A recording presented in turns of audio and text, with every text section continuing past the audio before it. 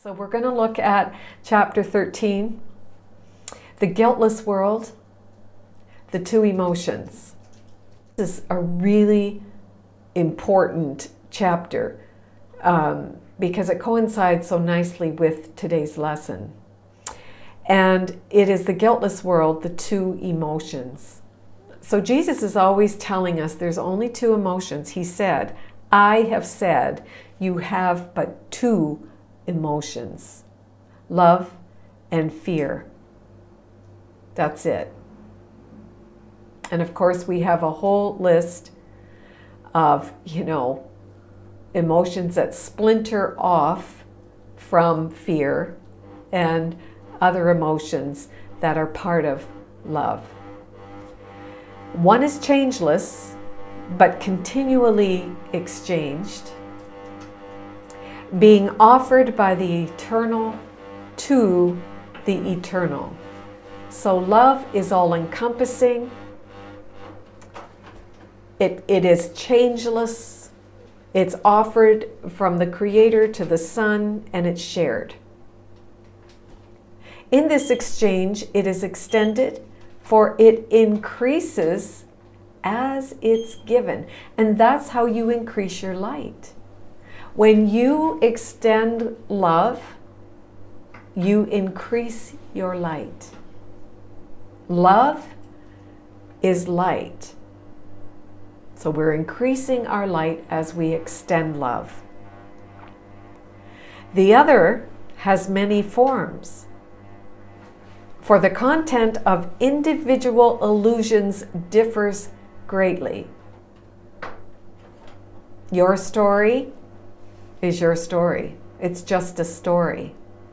And all the different components of your story, all your illusions, they're yours. And mine are mine, and Jamie's are Jamie. Everybody has their own story of illusions. And they have one thing in common, although they differ greatly. Your story's not my story, but there's one thing in common. They're all insane.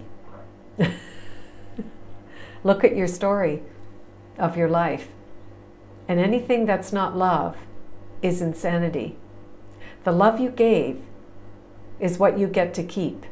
Everything else is an illusion and therefore insane.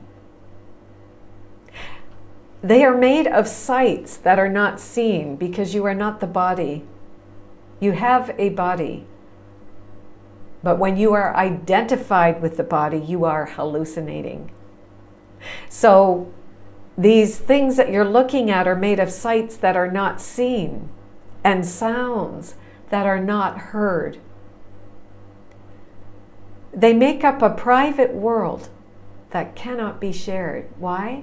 Because only love can be shared. Because only love is true. Illusions are not true. You can't share an illusion. You can only share love. For they are meaningful only to their maker. Your illusions are meaningful to you. They're not meaningful to anybody else. That's why nobody cares about your life. At the end of the day, right? Who cares about your story? People go, oh, they got all into it. And this, and that. At the end of the day, they don't care. When you die, they put on your tombstone, rest in peace, goodbye, and they carry on. Nobody cares. The only one that cares about your story is you. And it's your big illusion that you're holding on to and attached to and oh my God, in a panic about. And you're the only one who cares about it. They're meaningful only to their maker, and so they have no meaning at all. Because the you that made the dream isn't real, so therefore the idols in your dream are not real either.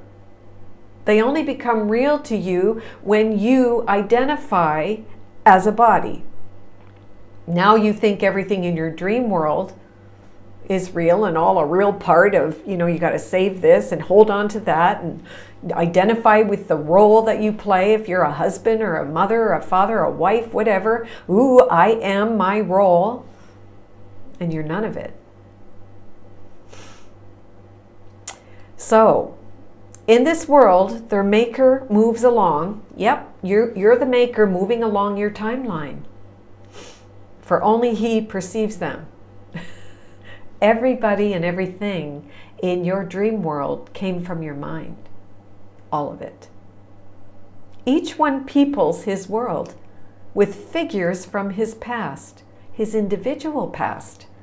Whoa! Jesus is just telling it like it is. Every one of the people, every person in your world, in your dream world, Jesus is saying, you peopled your particular personal world from your past. And it is because of this that private worlds do differ. So my past peoples my future with all the stuff I've held on to from my timeline. All the guilt in my mind. That's where it's coming from. And I just keep seeing the same stories repeating, different faces, different scenarios, but the theme is the same. And you have your story, and your theme is what it is for you based on your past. And all these different stories seem to differ, but they're coming from one problem in the mind, which is guilt. And Jesus will tell us that. He says, these figures, they're dream figures, because they're projections of your mind, that you see were never real. What? What? You mean my mother's not real? You mean my daughter's not real? No, they're made up of only my reactions to them.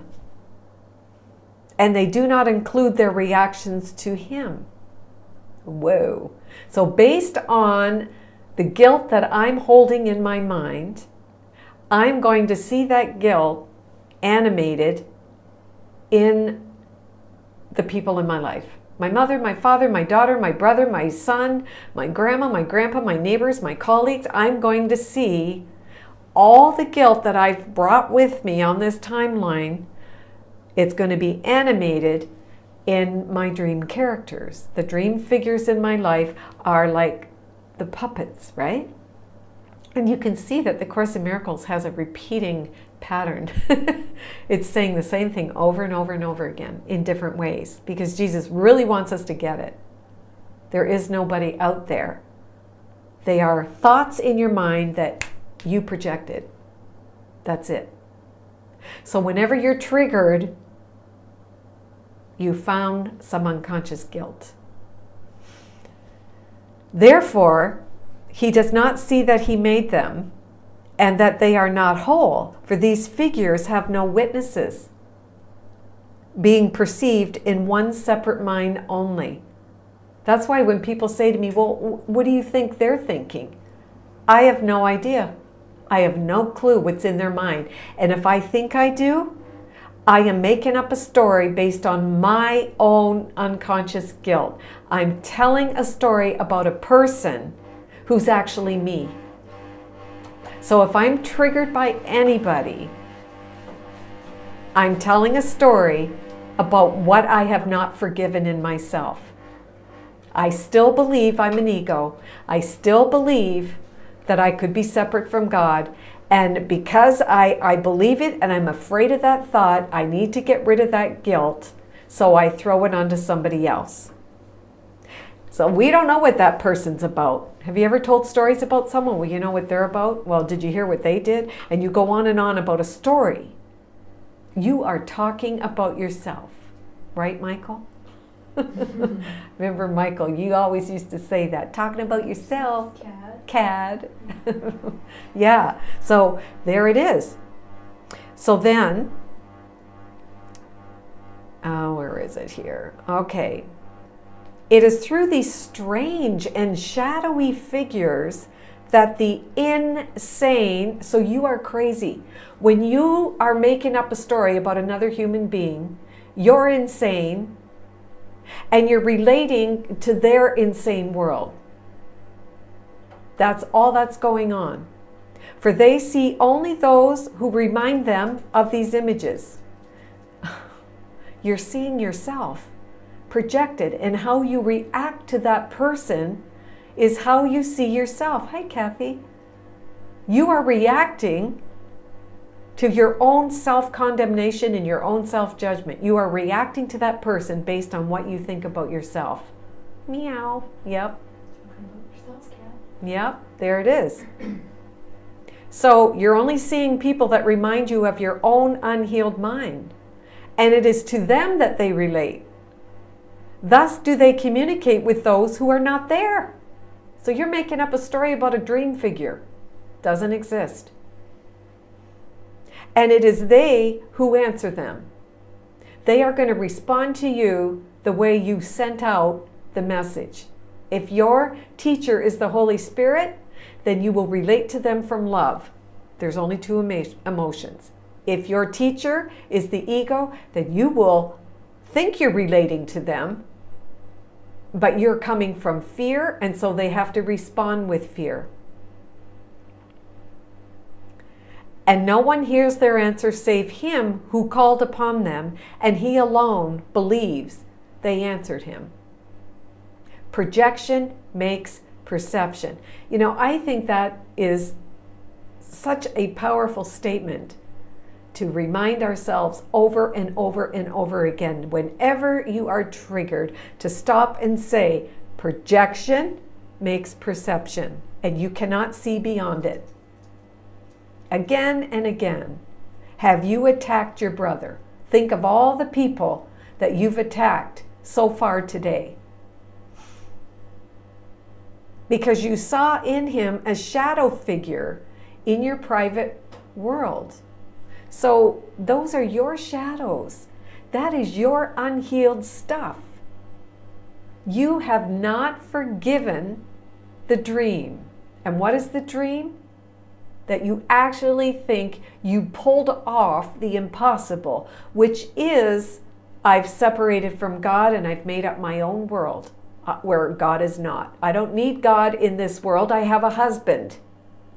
I don't need God in my world. I have a wife. You've replaced God with stuff. You've replaced God with a partner. You've replaced God with a career. You've replaced God with money. Just think of all the things where you go, you know, my life is really good now. Like, I feel so awesome today. I don't need God. Like, whatever. You know, I'm good over here in my world. And then you do it till you hit the wall. And then it's like, God help me. Yeah, we all look up, don't we? So we fall to our knees. Oh God, where are you? Right?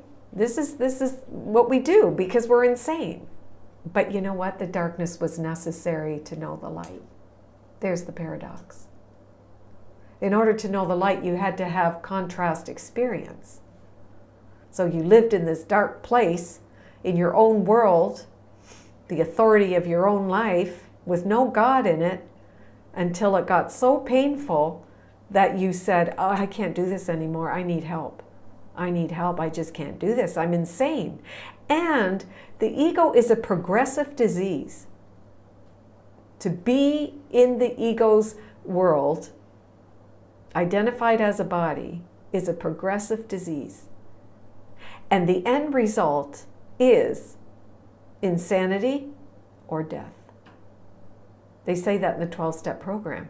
If you don't get sober, you will eventually go to becoming insane, lock them up, or death.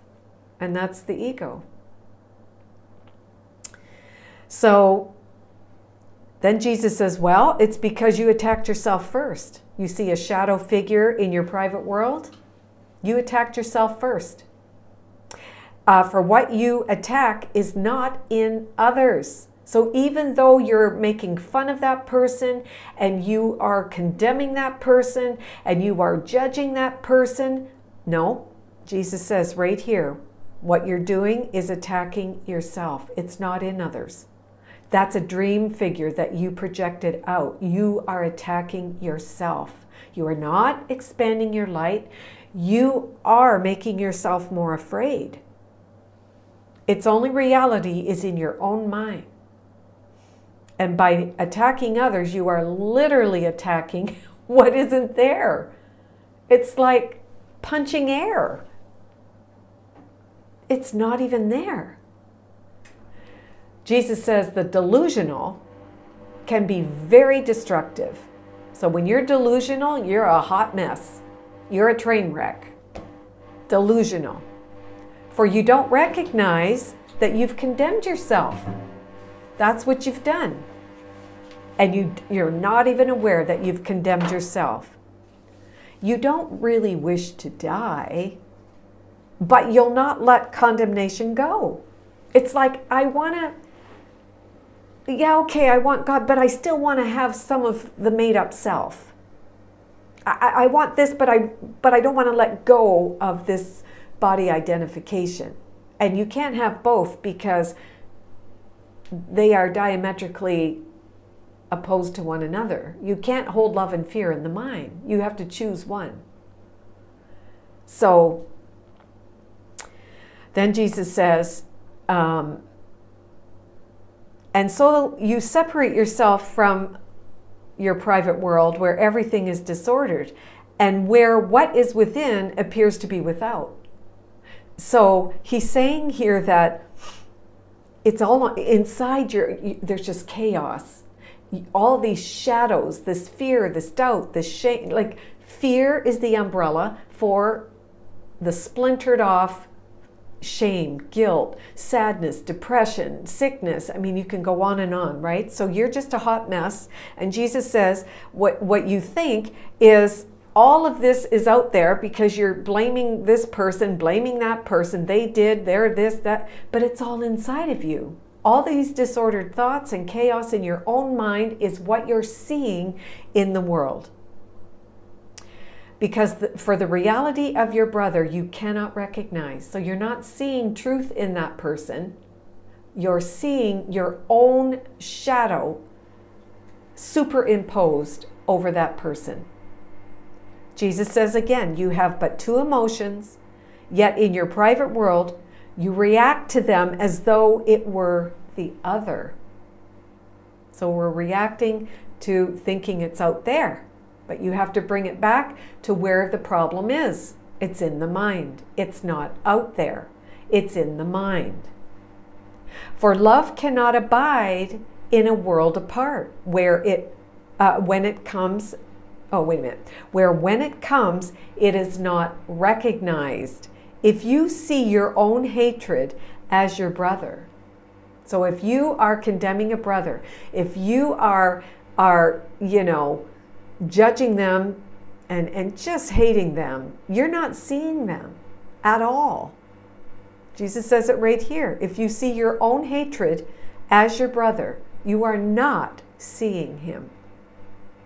Everyone draws nigh unto what he loves and recoils from what he fears. And you react with fear to love and draw away from it. We don't even know what love is, right? We're afraid of love. True, unconditional love we are afraid of. Yet fear attracts you. The dream world attracts you more than love. You're attracted to drama and stories. And Jesus says, you react with fear to love and draw away from it. Yet fear attracts you, and believing it is love, you call it to yourself. So your definition of love is what you call to you. Those are your special relationships. Getting married to that perfect person who seems to fill you up and complete you. Headed for disaster. Headed for disaster. And yet it can be turned into a holy relationship should you make peace your goal. Jesus says, your private world is filled with figures of fear that you have invited into it. You did it. You wanted it there. Everything you have in your space, you wanted it there. And that's hard to take in. And that's what it means to be accountable. Everything that you have, you wanted. And all the love your brothers offer you, you do not see. As you look with open eyes upon your world, it must occur to you that you have withdrawn into insanity. Because only love is real. Nothing unreal exists. Herein lies the peace of God. Herein lies the sanity of God. And if you're not living there, you are in the world of insanity, living in total fear. And you'll try to fix it, right? From that place. You'll try to resolve it. Jesus says, you see what is not there, and you hear what makes no sound. Your manifestations of emotions are the opposite of what the emotions are, because in truth, I am not the body. I am what God made, and therefore I am a joyous being of light. Because I am what God created, I am the immaculate concept. I am the divine blueprint. I am everything that God is, the perfect pattern of peace, joy, abundance, health, perfection. In every way, that is who I am. And if I'm not there experiencing joy, then I'm nowhere, believing that I'm somewhere. But I am full of fear over here, limited, broke, sick, tired, anxious, depressed, and making this world, this dream world, real. I am wasting my life force on a puff of smoke, on nothing.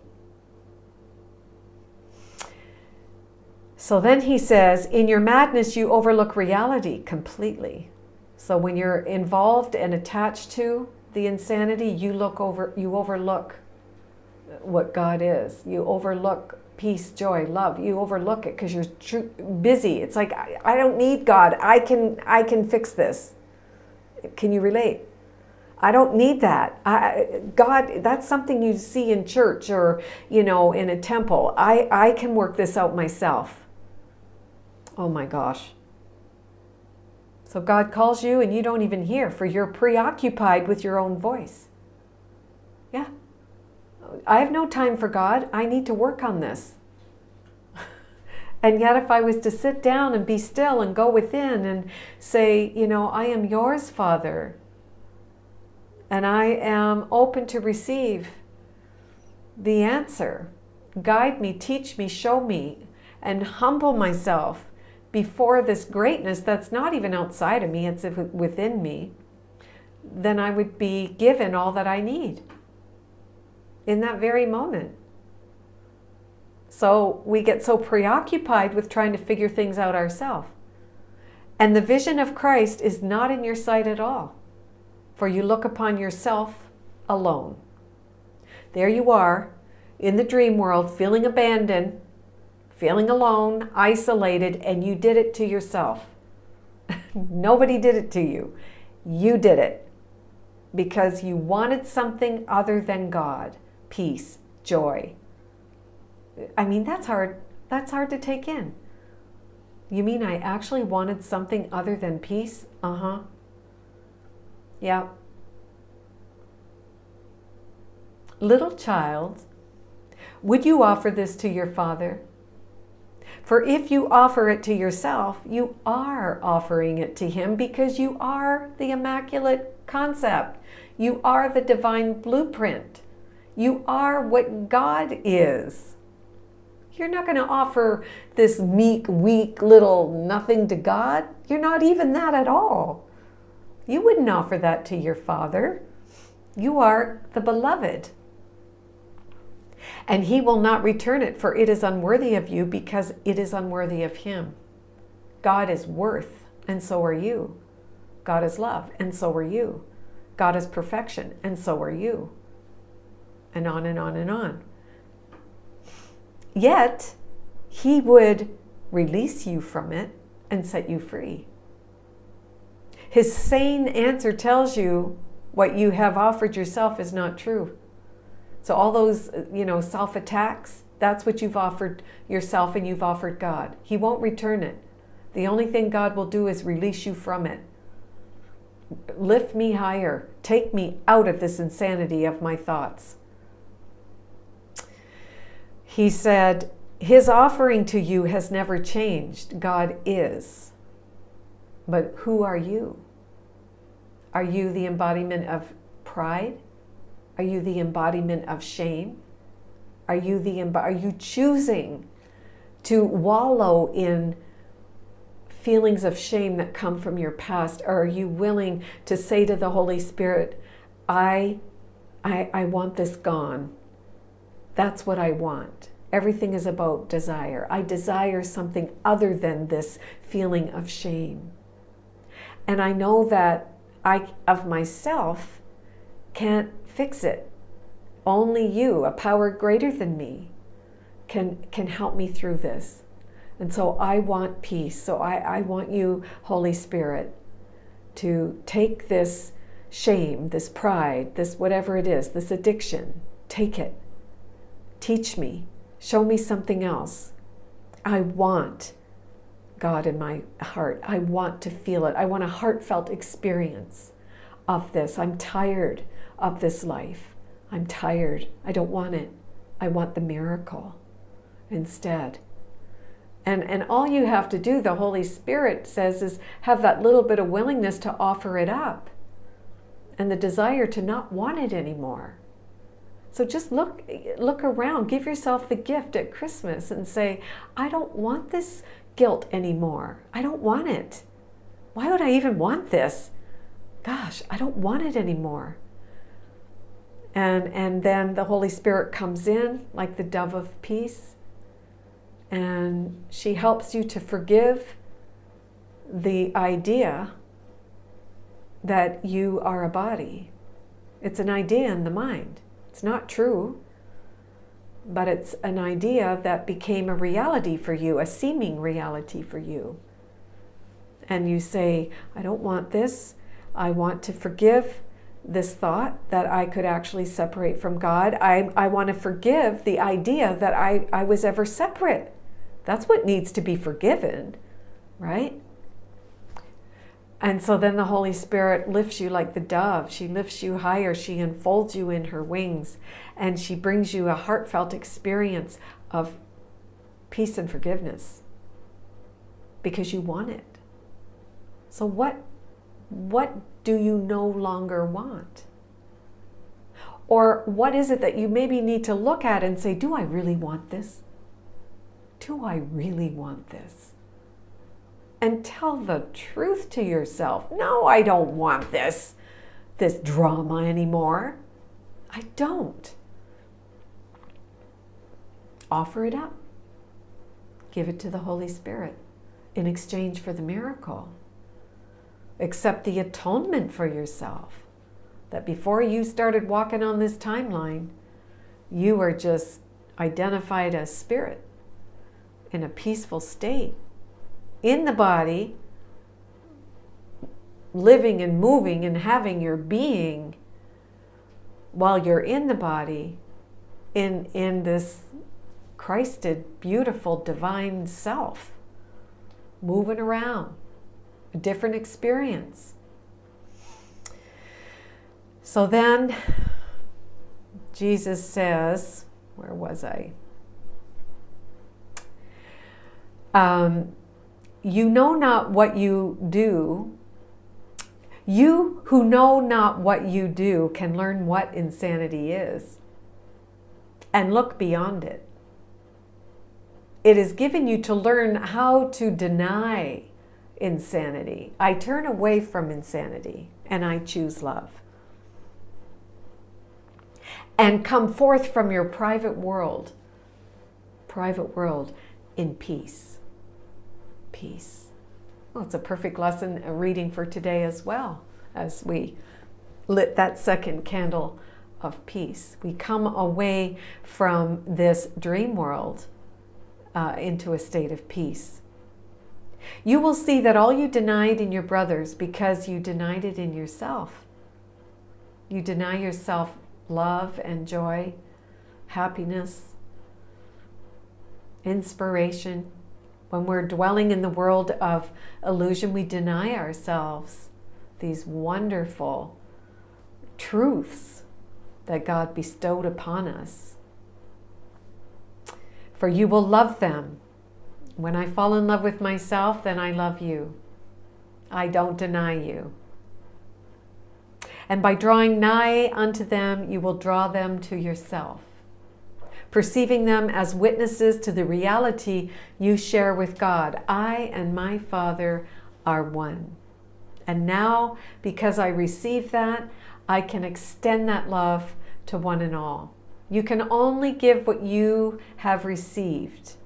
I am with them as I am with you, and we will draw them from their private worlds, for we are as united, so we would unite with them. That is why when somebody is having a problem, if you don't stand in truth as a peacemaker, then you join in that suffering and you're making whatever it is they're dealing with real. Let's just say there's someone in your life that's addicted, and all you do is put them down, and all you do is laugh about their life, and all you do is just, oh my God, they're such a loser, and da da da da. Well, that is what you are reinforcing in yourself. You are trying to make darkness real. You are trying to make addiction real. It does not help your brothers and sisters. What helps them is for you to see that whatever it is they're dealing with, that is not real for you, because you are one with God and there are no opposites in love. So you are not making whatever they're dealing with real, even though they might think it's real. You know that it isn't. And so you are calling forth the Christ in them, not to their face, from your heart. The peace in you is radiating, emanating peace into them. And you are seeing them as they truly are, beautiful people of God, and they are simply animated your unforgiven thought. She's addicted. He's an idiot. They're a murderer. He's a rapist. She's a thief. Whatever it is, you are giving it up. You are letting it go and seeing the truth in them. Vision depends on light, the mystical substance of light. Vision, Christ's vision. I walk with Christ's vision as light into this light, for the sonship, for the light. You can't see in darkness. You will never see in the dark the truth. Yet in darkness, in the private world of sleep, you see in dreams as though, although your eyes are closed. So, in our nighttime dreams, we're still seeing the dreams, the illusions. In waking dreams, we're still seeing the illusions. And it is here that what you see, you made. You made it. It didn't come from creation. Whatever you see in this world of yours, you made. And it will change and fall apart because it's not real. Only the changeless is real. Love. So you see in dreams, whether you're awake in the dream or in a nighttime dream, what you're seeing is going to change. That sickness that you're suffering with, you'll get better. Or not, but you'll still change. The money in your bank account that's getting lower, all of a sudden it could get bigger. Everything in the dream world in duality changes, but love is changeless. So Jesus says, it is here that, but let the darkness go, and all you made, you will no longer see. For sight of it depends upon denying vision. In other words, when I'm attached to this dream world, then I won't see with vision, because I'll be so wrapped up in trying to protect my stuff. Holding on to my stuff. Buddha said attachment caused pain, right? So you will see with no vision. You will be all wrapped up in the dream world, trying to keep it in place at all times. You'll notice that the more attached you are to the timeline, to your body, to your story, to your ego, you won't want things to change. That's why people like being comfortable. And that's pain. That's why we don't know the difference between pain and pleasure. We only want comfort. You don't grow when you're too comfortable. You don't grow when you're complacent. How about something comes along and shakes you up a little bit? Now you grow. And the name of the game is to evolve your consciousness, expand your light so you can go home. But being comfortable in the dream world, well, you're comfortable, seeming comfortable, but that's going to change too. Yeah, something will come along and knock it off, and now you're not comfortable anymore. So Jesus says, where was I here?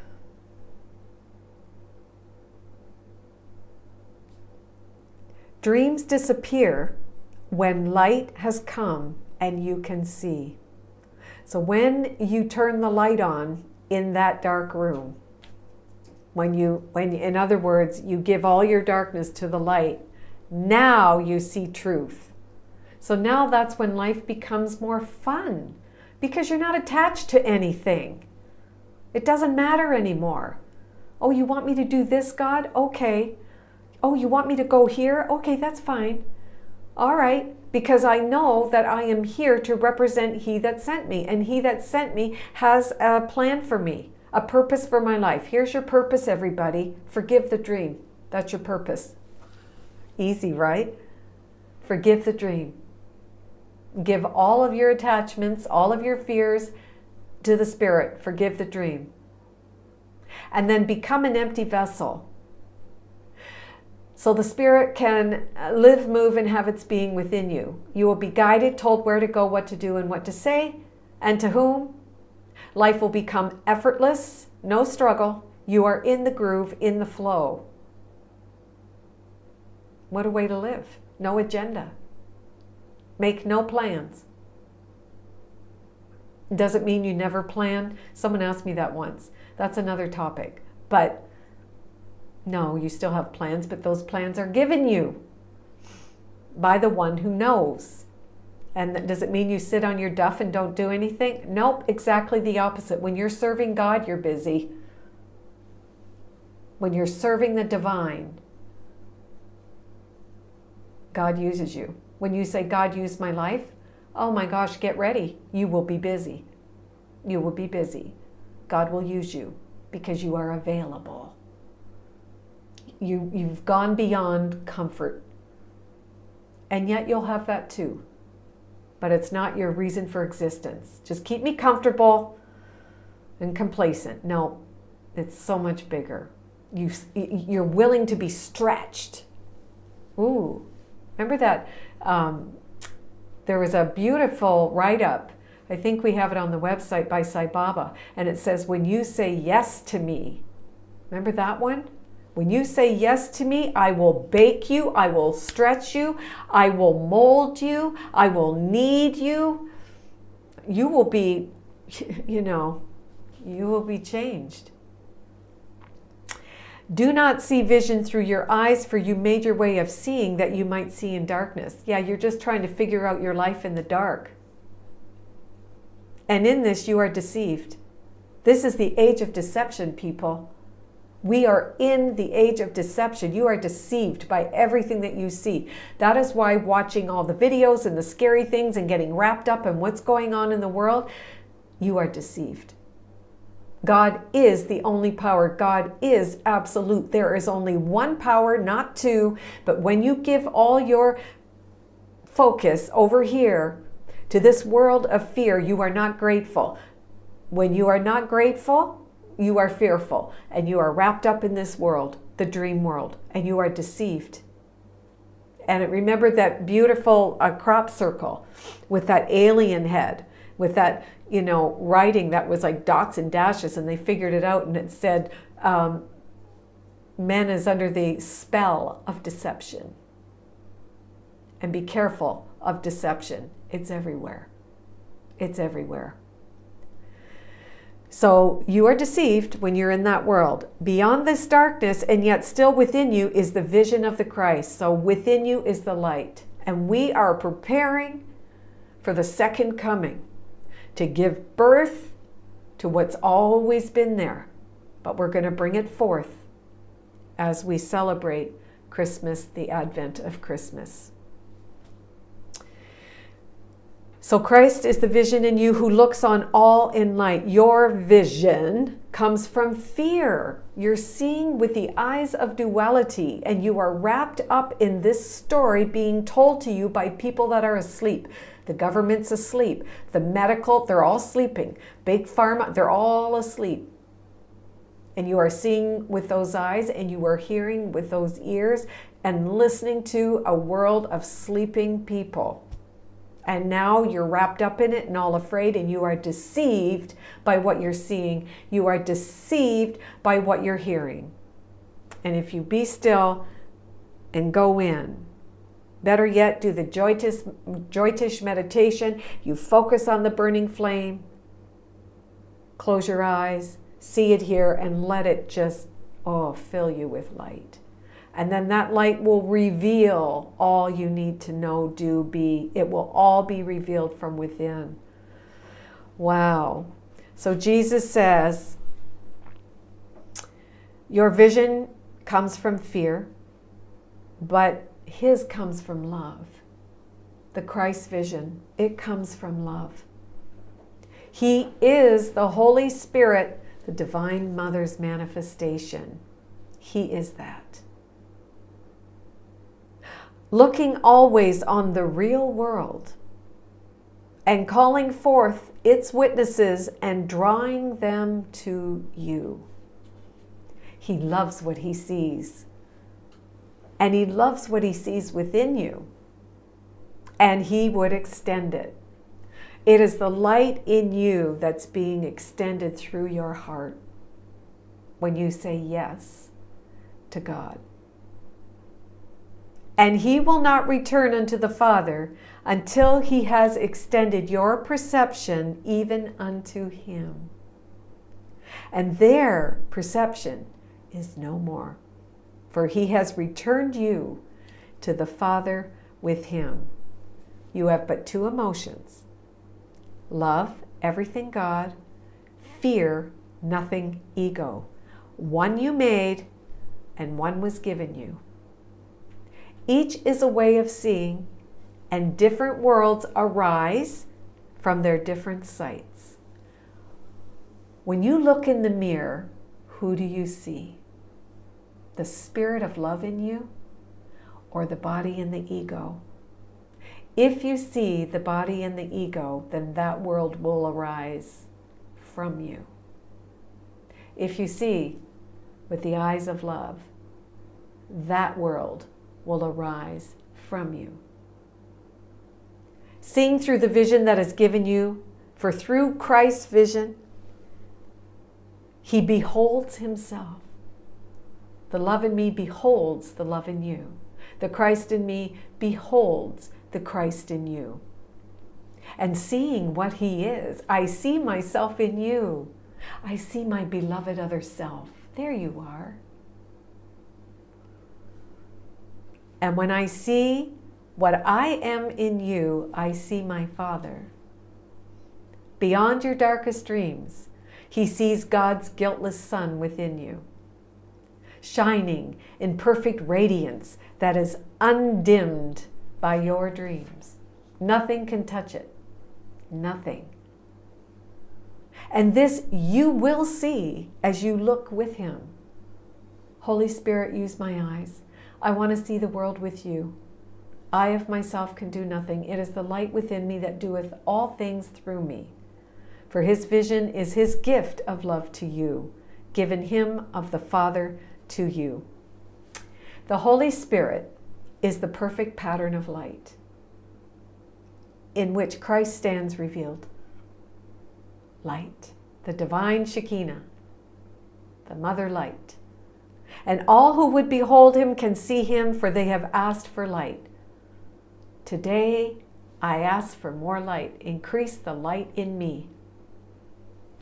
Nor will they see him alone, for he is no more alone than they are.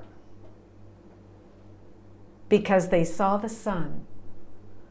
They have risen in him to the Father, And all this will they understand because they looked within and saw beyond the darkness the Christ and recognized the Christ in them and recognized Him. When I see the Christ in you, I know who you are. Do you ever meet someone from a place of pure love and it seems like you've known them forever? Because the Christ in me loves and honors and acknowledges the Christ in you. It seems like I've known you forever because love is never separate. Minds are joined, bodies are not. Minds means the mind of God in you is joined with the mind of God in me. We could never be separate. Spirit sees them. And with this vision of the truth in them came all the beauty of the world to shine upon them. Isn't that a beautiful reading?